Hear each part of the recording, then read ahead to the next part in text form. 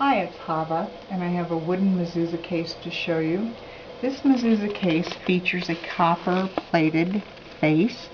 The shin is encircled with an oval. Beautiful case. It is 5 3/4 inches long, approximately 7/8 wide, and it's going to come off of your door frame approximately 3/4 of an inch.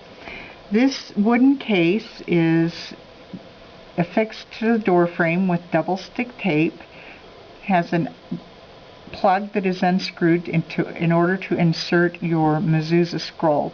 Now this will accommodate up to at least a 4 3/4 inch parchment.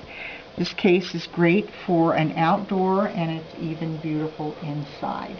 It's available at Aaron's Jewish Books in Judaica in the Mile High City of Denver, or please check our drop-down menu below for ordering information.